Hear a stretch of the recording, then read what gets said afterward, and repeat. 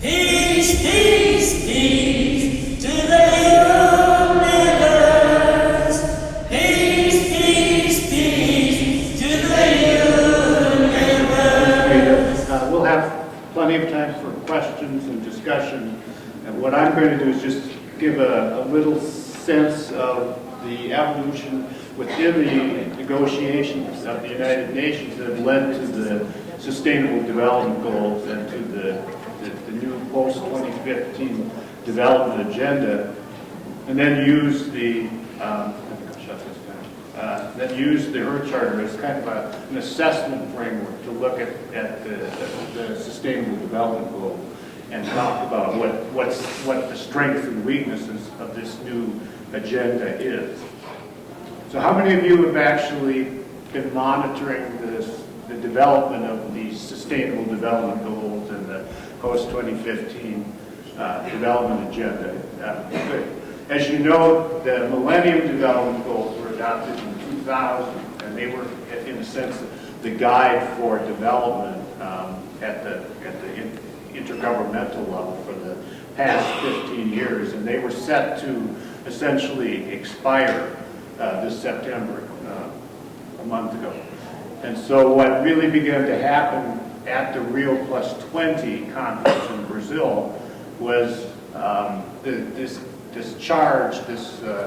need to actually create some new development goals. There were 8 Millennium Development Goals, and they pretty much all focused on helping people that were the most disadvantaged in poverty or without many rights, sort of lift up out of those terrible conditions and improve their health, their education, their standing, their income.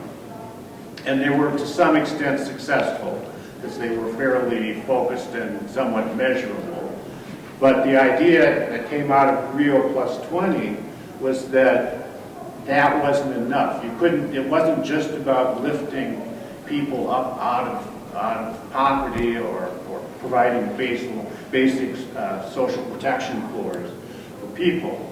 It was also about challenging the root causes of what keeps people in those kind of conditions. And it was also the recognition that you couldn't have economic growth without staying within planetary boundaries. So you had to actually solve that conundrum of continuing growth without crossing all these boundaries. There were 8, I think, planetary boundaries. We've crossed 3 or 4 of them already. Climate change being one, and biodiversity loss being another, and some kind of ocean pollution being the third, I think, phosphorus and nitrogen runoff into the ocean. So how do we actually create a world that works for all? How do we enable full human development for all within a flourishing ecological system? That's really the central question. And so the governments throughout 2013 and 2014 negotiated this whole set of sustainable development goals, that's 17 of them, and 169 targets that would manifest that. And those were just adopted by all 193 nation states at the Sustainable Development Summit in September at the UN headquarters. And this was really quite a remarkable process. If we're looking at sort of a global epic, if you will, at an evolutionary process where people are actually coming together, governments are actually coming together, civil society is coming together to affirm the kind of worldview that would respect and care for the whole community of life. That indeed is the trajectory we are on. That was a very hopeful event. And I sat in on a lot of those negotiations, and it was very interesting to watch. I mean, you have to pull back and say, oh, this is Syria, this is Ukraine, this is Russia, this is Congo, this is, I mean, places that are in a lot of Palestine, Israel, the Holy See. I mean, there's a lot of different interests being represented there that aren't really getting along too well in the world. And yet, in these negotiations, the permanent representatives, the ambassadors, that were in the negotiations were reaching for something much beyond those conditions.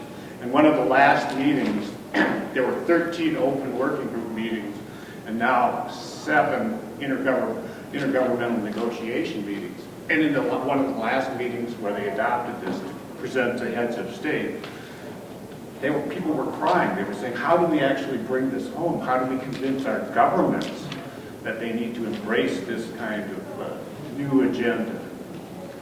And the agenda is fairly flawed in some ways, because it does still continue this whole vision of growth, economic growth, as being essential.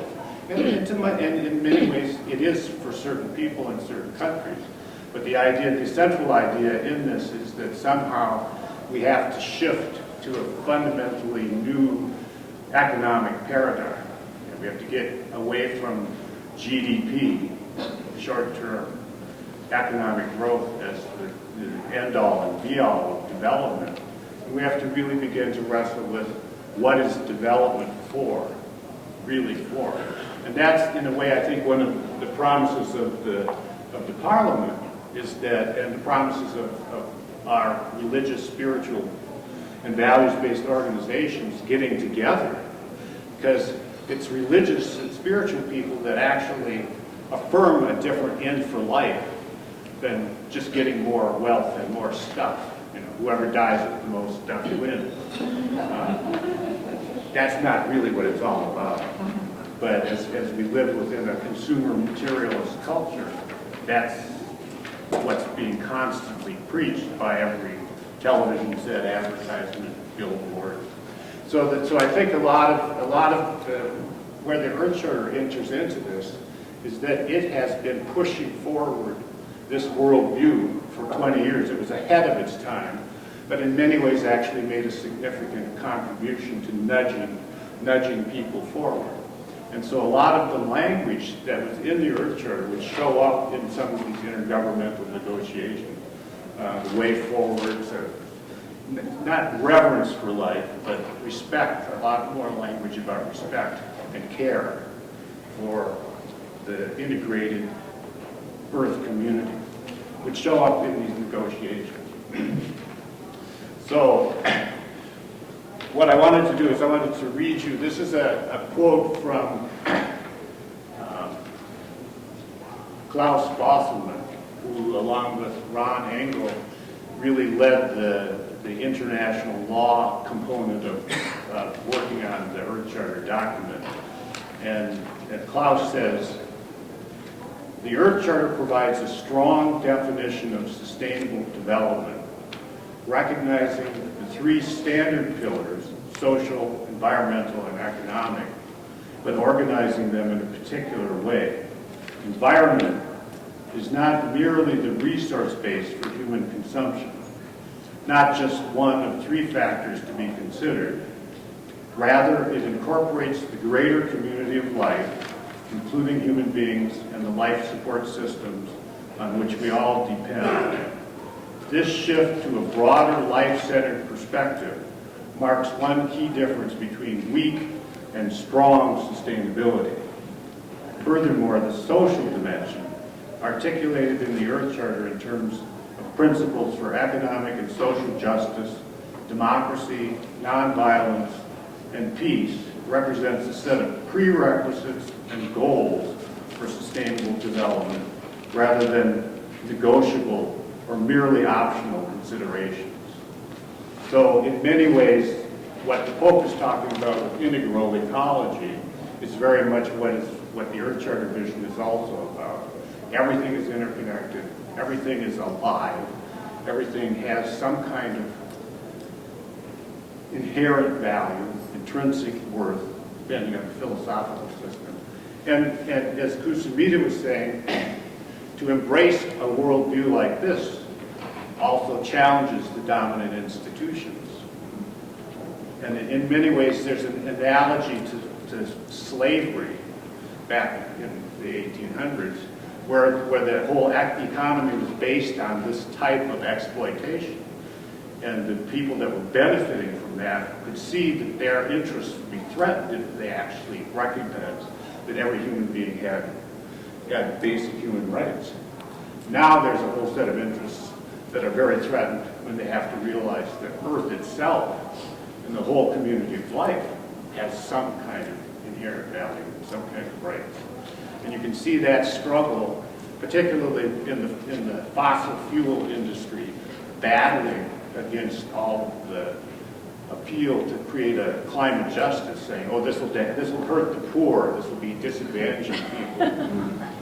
And for some people that's probably true, and that's why a just transition is so important. As we shift from a fossil fuel-based world and a very inequitable one to one that's much more envisioned by the Earth Charter. So I'll end there, and we want to give some time for everybody to interact. Peace, peace, peace to the